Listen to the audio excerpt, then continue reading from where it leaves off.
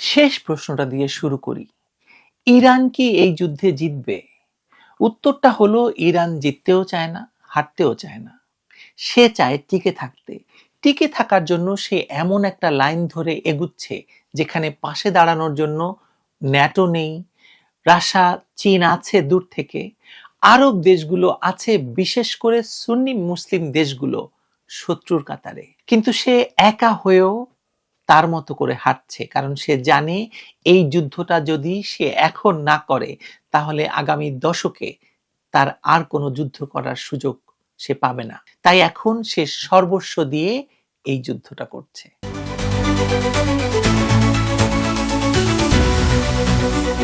মধ্যপ্রাচ্যের এই যুদ্ধকে যদি ধর্মীয় লড়াই বলে মনে হয় বা ধর্মযুদ্ধ বলে মনে হয়, তাহলে ইরানের ভূমিকা দেখে অবাক না হয়ে পারা যায় না। এই এলাকার কথিত ধার্মিক নেতাদের বা ধর্মরাষ্ট্রগুলোর সরাসরি সমর্থন ছাড়াই ইরান যেন একটা অদৃশ্য ধর্মযুদ্ধের নেতৃত্ব দিচ্ছে, যেখানে তারা নিজেদের অস্তিত্বকে ইসলামী আদর্শের সাথে জড়িয়ে ফেলেছে।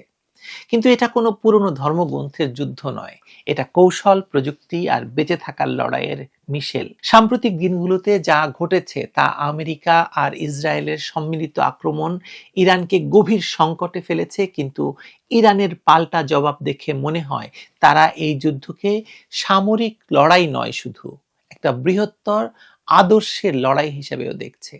এই বিশ্লেষণে আমি চেষ্টা করব সাম্প্রতিক ঘটনা প্রবাহের ভিত্তিতে এই যুদ্ধের কৌশলগত দিকগুলোকে খুঁটিয়ে দেখতে, যাতে বোঝা যায় কেন ইরান এখনো টিকে আছে। মধ্যপ্রাচ্যের আকাশের ধোঁয়া আর ধ্বংসস্তূপের ছাইয়ের গন্ধ এখন আর শুধু গাজা বা বৈরুত পর্যন্ত সীমাবদ্ধ নয়, এটি ছড়িয়ে পড়েছে তেহরান থেকে আবুধাবি, জেদ্দা থেকে দোহা পর্যন্ত। একটি অদৃশ্য কিন্তু স্পষ্ট রেখা টানা হয়েছে দুই শিবিরে। একপাশে যুক্তরাষ্ট্র এবং ইসরায়েলের নেতৃত্বে প্রযুক্তি এবং কূটনীতির ঐতিহাসিক জোট, সেখানে সৌদি আরব, বাহরাইন, কাতার, দুবাই বা আরব আমিরাত, সমস্ত শক্তিশালী অর্থনীতির, তেল অর্থনীতির দেশগুলো একজোট হয়েছে। অন্য পাশে ইরান, যে একাই দাঁড়িয়ে আছে কথিত ইসলামী বিশ্বের নীরবতা কিংবা সমর্থন ছাড়াই। এটি এখন আর শুধু ভূরাজনৈতিক সংঘাত নয়, এটি একটি ধর্মযুদ্ধ, যেখানে ইরান নেতৃত্ব দিচ্ছে, কিন্তু সেই নেতৃত্বের পেছনে কোনো আন্তর্জাতিক মুসলিম সংহতি নেই। এমনকি বাংলাদেশের ইসলামিক দলগুলো শুক্রবারে যারা সাধারণত ইসরায়েলের বিরুদ্ধে মানে আমেরিকার বিরুদ্ধে মাঠে নামে, তারা পর্যন্ত নিশ্চুপ, তারা শেখ হাসিনাকে ইসলামের শত্রু মনে করে, কিন্তু যারা পুরো ইসলামিক বিশ্বকে আক্রমণ করছে, আক্রান্ত করছে, তাদেরকে মনে করে না। বিস্ময়কর নয়? মানে এই যে ইরান শুধু তার নিজস্ব নির্মিত একটি অদম্য প্রতিশোধমূলক যন্ত্র, ইসলামিক রেভলিউশনারি গার্ড কর্পস বা আইআরজিসি নিয়ে এখনো টিকে আছে, সেটাই বিস্ময়কর আসলে। গত কয়েকদিনের ঘটনা প্রবাহ দেখিয়েছে যুক্তরাষ্ট্র এবং ইসরায়েলের যৌথ অভিযান এপিক ফিউরি ইরানের উপর যে ধারাবাহিক হামলা চালিয়েছে তা কেবল সামরিক টার্গেট নয়, বরং জাতীয় অহংকার এবং সার্বভৌমত্বকে ধূলিসাৎ করার একটি সুপরিকল্পিত প্রচেষ্টা। তাদের গোলাবর্ষণে ইরানের ১৫০টিরও বেশি শহরের ৫ শতাধিক স্থান ক্ষতিগ্রস্ত হয়েছে, নিহতের সংখ্যা শতাধিক ছাড়িয়েছে। কিন্তু এই সর্বাত্মক আক্রমণের জবাবে ইরান যা করেছে তা পশ্চিমা গোয়েন্দা মহলের অনেকের গণনার মধ্যে ছিল না। ইরান শুধু প্রতিশোধ নেয়নি, বরং একটি কৌশলগত বার্তা দিচ্ছে। তাদের হাতে রয়েছে এমন একটি অস্ত্র যা বর্তমান বিশ্বের যে কোনো ক্ষেপণাস্ত্র প্রতিরক্ষা ব্যবস্থাকে অকার্যকর করে দিতে পারে। ইসরায়েলের হাইফা শহরের উপকূলে নৌবাহিনীর গুরুত্বপূর্ণ ঘাঁটিতে ইরানের ফাত্তা-2 হাইপারসনিক মিসাইলের আঘাতে জার্মানির তৈরি ডলফিন ক্লাসের 5টি সাবমেরিন গুরুত্বপূর্ণ বা সম্পূর্ণ ধ্বংস হয়ে গেছে। মাত্র 4 মিনিটের মধ্যে ইরান থেকে ইসরায়েলে আঘাত হানতে সক্ষম এই মিসাইল সম্পর্কে পেন্টাগনের গোপন নথিতেই স্বীকার করা হয়েছে যে বর্তমানে এমন কোনো প্রযুক্তি নেই যা একে রুখতে পারে। এই হাইপারসনিক ক্ষমতা ইরানের জন্য কেবল একটি অস্ত্র নয়, এটি একটি মনস্তাত্ত্বিক যুদ্ধের হাতিয়ার। ইরান জানে সরাসরি সম্মুখ সমরে আমেরিকা ইসরায়েলের সাথে পেরে উঠবে না, তাই তারা যুদ্ধের প্রকৃতি বদলে দিয়েছে। তারা টেকনোলজিক্যাল যুদ্ধের বিরুদ্ধে দাঁড় করিয়েছে ইকোনমিক্যাল ওয়ারফেয়ারও। ইরানের হামলা শুধু মার্কিন ঘাঁটিতে সীমাবদ্ধ নেই, বরং তারা সৌদি আরবের আরামকোর মতো বিশ্বের বৃহত্তম তেল শোধনাগার, আরব আমিরাত এবং কাতারের বিলাসবহুল হোটেল এবং বাণিজ্যিক কেন্দ্রগুলোকে টার্গেট করেছে। তাদের কৌশল স্পষ্ট, তেলের দাম ব্যারেল প্রতি $70 থেকে 90 বা $200 নিয়ে যাওয়া। যখন বিশ্ববাজারে তেলের দাম অস্থির হয়ে উঠবে, তখন ইরানের তেলের উপর নির্ভরশীল রাষ্ট্রগুলোই যুদ্ধবিরতির চাপ সৃষ্টি করবে। ইরান এই সংঘাতকে একটি কৌশলগত অচলাবস্থায় নিয়ে যেতে চায়, যেখানে অর্থনীতি হয়ে উঠবে নিরন্তর যুদ্ধের প্রধান মাঠ। ইরানের যুদ্ধ কৌশলের মূলে রয়েছে একটা চালাকি, যাকে বলা যায় ওয়ারফেয়ার ক্যামোফ্লেজ। তারা শাহেদ ড্রোন দিয়ে ক্লাস্টার অ্যাটাক চালায়, সাথে ব্যালিস্টিক এবং ক্রুজ মিসাইল ব্যারেজ।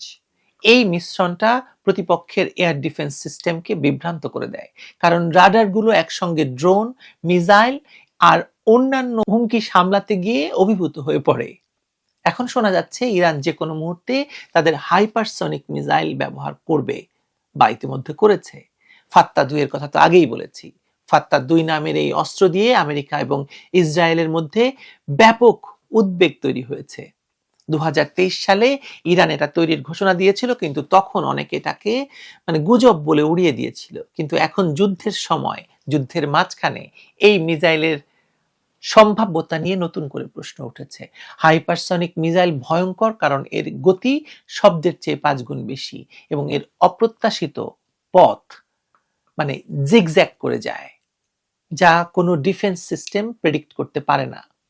বিশ্বের কোনো সংস্থা এগুলোকে পুরোপুরি মনিটর করতে পারে না, যদিও আমেরিকা এবং ন্যাটোর কিছু স্পেস ভিত্তিক সেন্সর আছে যা কিছুটা সক্ষমতা অর্জন করেছে বলে তারা দাবি করে। এই কনটেক্সটের যদি চিন্তা করেন আপনি, ওমান উপসাগরে আমেরিকার আব্রাহাম লিঙ্কন ক্যারিয়ার স্ট্রাইক গ্রুপের কথা, এটা একটা অজেয় শক্তি বলে মনে হয়। Aegis defence system, destroyer, F-35 stealth বিমান সব মিলিয়ে এই আব্রাহাম একটা অজেয় একটা ব্যাপার, তাকে কেউ জয় করতে পারবে না। 4 দিন আগে ইরানের হামলা এটা ক্ষতিগ্রস্ত হয়েছে বলে খবর এলেও আমেরিকান সেন্টকম বলছে কোনো মিসাইল অ্যাটাক তাকে ছুঁতে পারেনি। কিন্তু যদি ইরান সত্যি হাইপারসনিক মিসাইল ব্যবহার করে, তাহলে ক্যামোফ্লেজ কৌশলটা কাজে আসবে। প্রথমে ড্রোনের ঝাঁক পাঠিয়ে, সাথে কামিকাজি ড্রোন, তারপর ক্রুজ এবং সর্বশেষে ব্যালিস্টিক মিসাইল। এতে এজিস সিস্টেম স্যাচুরেটেড হয়ে পড়বে, আর সেই ফাঁকে হাইপারসনিক মিসাইল ঢুকে পড়বে। এটা ইসরায়েলের আয়রন ডোম বা আমেরিকার থ্যাড সিস্টেমকে বাইপাস করতে পারে। যদি এমনটা ঘটে, তাহলে আমেরিকা ইসরায়েলের মুখ রক্ষা করা কঠিন হয়ে পড়বে এবং যুদ্ধটা তৃতীয় বিশ্বযুদ্ধের দিকে এগোতে পারে। তবে ইরানও যে কিছু ভুল করেনি তা তো নয়, যা তাদের অবস্থানকে দুর্বল করেছে। উদাহরণস্বরূপ সৌদি আরবে আমেরিকান দূতাবাসের ড্রোন হামলা, এটা আন্তর্জাতিক আইনের লঙ্ঘন, কারণ দূতাবাসের জমি সেই দেশের অংশ বলে গণ্য হয়। এর ফলে আমেরিকা ইরানের নৌবাহিনীকে প্রায় ধ্বংস করে দিয়েছে। একইভাবে আমেরিকাও আন্তর্জাতিক সমুদ্রে ইরানের ডেস্ট্রয়ার ডুবিয়ে দিয়েছে, যা সমান অপরাধ। কিন্তু এই যুদ্ধের গভীরতা বোঝার জন্য পেছনে যেতে হবে, বিশেষ করে ইরানের ইসলামিক রেভলিউশনারি গার্ডস কর্পস বা IRGCর ভূমিকায়। 1979 সালের ইসলামী বিপ্লবের পর আয়াতুল্লাহ খোমেনি এই বাহিনী গঠন করেন, যারা শুধু সুপ্রিম লিডারের কাছে জবাবদিহি করে। এদের দুটো অংশ, একটা অভ্যন্তরীণ নিরাপত্তা সামলায়, অন্যটা কুদস ফোর্স, যা বিশ্বজুড়ে ইরানের স্বার্থ রক্ষা করে। 1980 সালে এই গ্রুপ খোমেনিকে 4টা মূল কৌশল বোঝায়, যা ইরানকে 47 বছর ধরে টিকিয়ে রেখেছে। প্রথমটা হলো লং রেঞ্জ মিসাইলের উন্নয়ন, কারণ আমেরিকা ইসরায়েলের হুমকি সবসময় ছিল, থাকবে, আছে এবং থাকবে। দ্বিতীয়টা আশেপাশের শিয়া অধ্যুষিত দেশগুলোতে গ্রুপ গড়ে তোলা, যেমন লেবাননে হিজবুল্লাহ, ইয়েমেনে হুথি, এমনকি গাজায় হামাসকে সমর্থন, যাতে সুন্নি শিয়া বিভেদ ভুলিয়ে ইরানের প্রভাব ছড়ানো যায়। আর তৃতীয়টি হচ্ছে সাইবার যুদ্ধ দিয়ে প্রতিবেশী দেশগুলোকে অস্থিতিশীল করা এবং তাদের অর্থনীতি থেকে লাভবান হওয়া। চতুর্থটা হরমুজ প্রণালীতে মেরিটাইম ডিসরাপশন, সি মাইন পেতে রাখা, যাতে বিশ্বের 60% তেলের পথ নিয়ন্ত্রণ করা যায়। এই কৌশলগুলো আইআরজিসিকে ইরানের রক্ষাকর্তা বানিয়েছে এবং যতক্ষণ এরা আছে ইরানকে আসলে জয় করা তো কঠিন। সাম্প্রতিক হামলায় অনেক আইআরজিসি জেনারেল মারা গেলেও এরা এখনো যুদ্ধের নিয়ন্ত্রণে। এই যুদ্ধের আরেকটা দিক হলো অর্থনৈতিক। আমেরিকা ইসরায়েল টেকনোলজিক্যাল যুদ্ধ করছে, কিন্তু ইরান এটাকে অর্থনৈতিক লড়াইয়ে রূপান্তরিত করেছে। তারা শুধু সামরিক ঘাঁটি নয়, আরব দেশগুলোর তেল শোধনাগার, হোটেল আর ব্যবসা কেন্দ্রে হামলা করেছে। উদ্দেশ্য কি? তেলের দাম বাড়িয়ে $70 থেকে $200 নিয়ে যাওয়া, যাতে বিশ্বের তেল নির্ভর দেশগুলো যুদ্ধবিরতির চাপ দেয়। রাশিয়া, চীন ইরানকে স্যাটেলাইট এবং অস্ত্র দিয়ে সাহায্য করছে, যদিও পশ্চিমা দেশগুলো আমেরিকার পক্ষে। কিন্তু আমেরিকার দুর্বলতা হলো তারা যুদ্ধ শুরু করতে পারে কিন্তু শেষ করতে জানে না। ভিয়েতনাম থেকে আফগানিস্তান তার প্রমাণ। শেষ পর্যন্ত এই যুদ্ধ কতদিন চলবে বা কিভাবে শেষ হবে তা আমি কেন কারো পক্ষেই বলা সম্ভব নয়। ইরানের আইআরজিসি পরাজয় মেনে নেবে কিনা বা ক্ষমতার পালাবদল হবে কিনা সেটাও এই মুহূর্তে কেউ বলতে পারছে না। কিন্তু একটা জিনিস পরিষ্কার, কথিত ধার্মিকদের সরাসরি সমর্থন ছাড়াই ইরান এই লড়াইকে একটা ধর্মযুদ্ধের রূপ দিয়েছে, যেখানে তারা নিজেদেরকে ইসলামী আদর্শের রক্ষক হিসেবে দেখছে। এটা শুধু সামরিক যুদ্ধ নয়, এটা তার অস্তিত্বের লড়াই, যা বিশ্বকে একটা নতুন সংকটের দিকে ঠেলে দিচ্ছে। বাংলাদেশের মতো দেশগুলো এর ধাক্কা সামলাবে কিভাবে সেটাও চিন্তার বিষয়। দ্বিতীয় বিশ্বযুদ্ধের পর এমন ধ্বংসাত্মক পরিস্থিতি আর দেখা যায়নি, এবং এখানে কে আক্রমণকারী কে শিকার তা এক বাক্যে এক কথায় বলা কঠিন, কারণ সবকিছু, বিশেষ করে এই মূল্যবোধগুলো এখন অর্থহীন হয়ে গেছে এবং মিলে ঝুলে এমন একটা স্যুপ তৈরি করেছে যে হট ঘন স্যুপের বাটির মধ্যে আমরা সবাই পড়ে গেছি। সেটা বাংলাদেশ হলে বাংলাদেশের মতো ক্ষুদ্র দেশ, যুক্তরাজ্য হলে যুক্তরাজ্য, ইউরোপ হলে ইউরোপ, আমেরিকা হলে আমেরিকা, আর ইসরায়েল তো আছেই। ভালো থাকবেন সবাই। যুদ্ধ নিয়ে আসলে অনেক কথা বলা যায়, কিন্তু যুদ্ধ নিয়ে মানে কে কাকে কতটা আক্রমণ করলো, কার কতটা ক্ষতি হলো, এটা আপনারা প্রতিদিন দেখছেন, কিন্তু এই যুদ্ধের এই মনস্তত্ত্বটা আসলে বোঝা দরকার ছিল বলে আজকে এতটুকুই। আরো বিশ্লেষণ নিয়ে আসবো যুদ্ধ নিয়ে, কারণ যুদ্ধ তো চলছে।